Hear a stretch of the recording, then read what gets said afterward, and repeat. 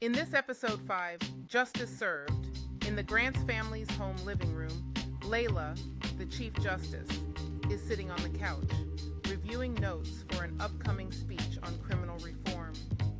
Her husband, David, enters with a cup of tea, smirkingly saying, "You're going to leave a groove in that couch if you keep sitting there like that." Lila looks up, smiles, and says, "Tell me about it. I swear this couch is starting to feel like it's part of my uniform." David replies, "And you're not wearing the uniform tonight?" Layla answers, "I just want to be me for a minute."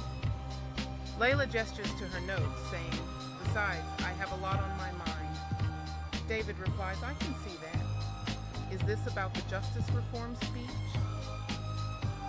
Layla responds, "Yes. I want to emphasize how urgent it is to address systemic issues, especially with our teens getting caught up in the legal system." Speaking with concern, Layla emphasizes, "Exactly. I can't help but think about our boys. What if they end up in that system?"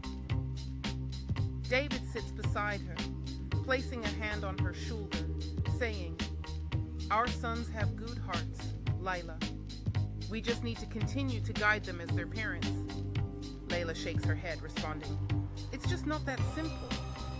Just the other day, I heard from the principal that they were hanging out with some kids who aren't exactly law-abiding citizens." David raises an eyebrow, asking, "You think it's serious?" Layla replies, "Serious enough that I'm worried. The last thing I want is for them to face the same system I'm trying to reform." David listens carefully, his expression reflecting concern for their family's future.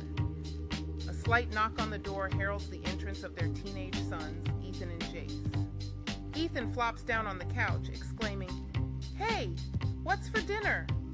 Jace follows closely behind, adding, "Yeah, I'm starving." Lila raises an eyebrow, noticing the attitude change in their demeanor. She asks, "Hey guys, how was school?" Jace simply replies, "Fine," while Ethan almost dismissively says, "Boring like always." Lila exchanges a look with David, sensing tension. She comments, "Boring sounds good to me. Better than not fine. You both know we can talk about anything, right?" The boys exchange glances. Ethan shrugs and responds, "Yeah, sure." Layla leans in slightly, saying, "I heard from your principal today." Both boys straighten up, uncertainty flashing across their faces.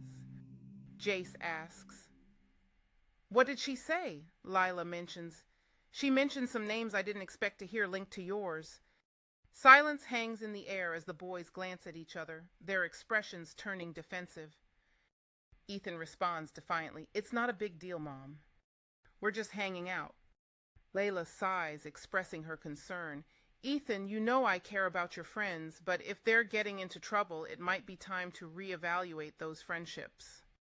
Jace chimes in, visibly frustrated. "Not everything is about trouble, you know." "We're just trying to have fun," Layla retorts. "There's a line between fun and trouble.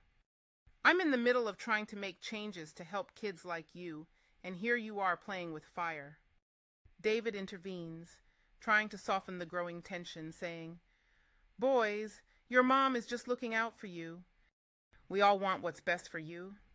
Ethan replies quietly, "We get that, but you don't know what it's like." Layla responds, "Maybe not, but I see the consequences every day in court. If you're not careful, you could end up trapped in the very system I'm trying to reform." Ethan and Jace's expressions soften, the reality of their situation dawning on them. Jace asks quietly, "What do we do then?" Layla responds, "First, let's talk about your friends," as she looks over at her sons in frustration.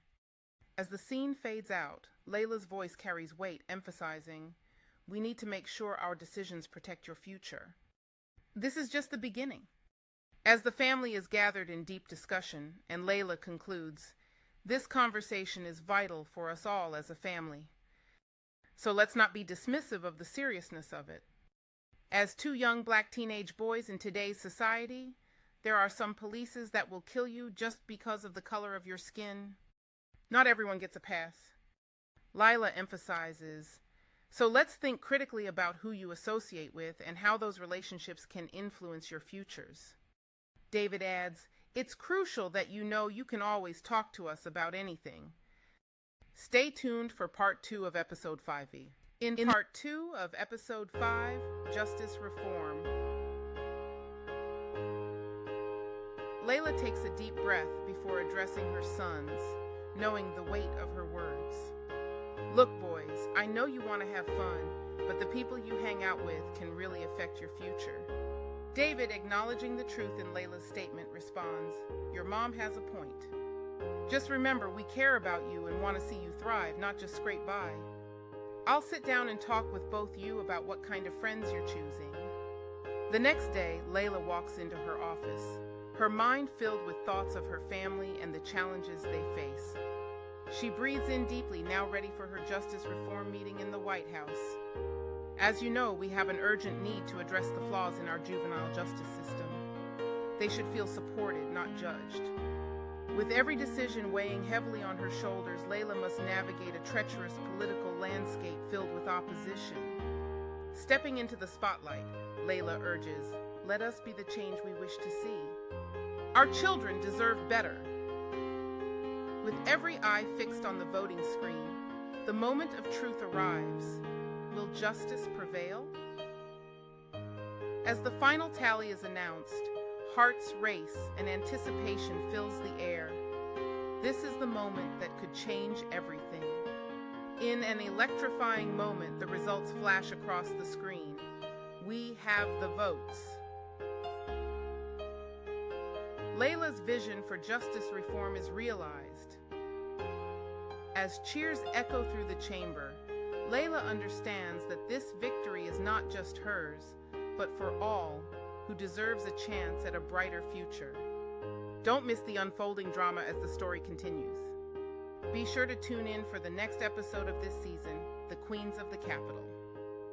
Thanks for watching my new miniseries, The Queens of the Capitol. Make sure to subscribe and hit that notification bell so you never miss an episode. And join the Sister Speaking in Power movement today.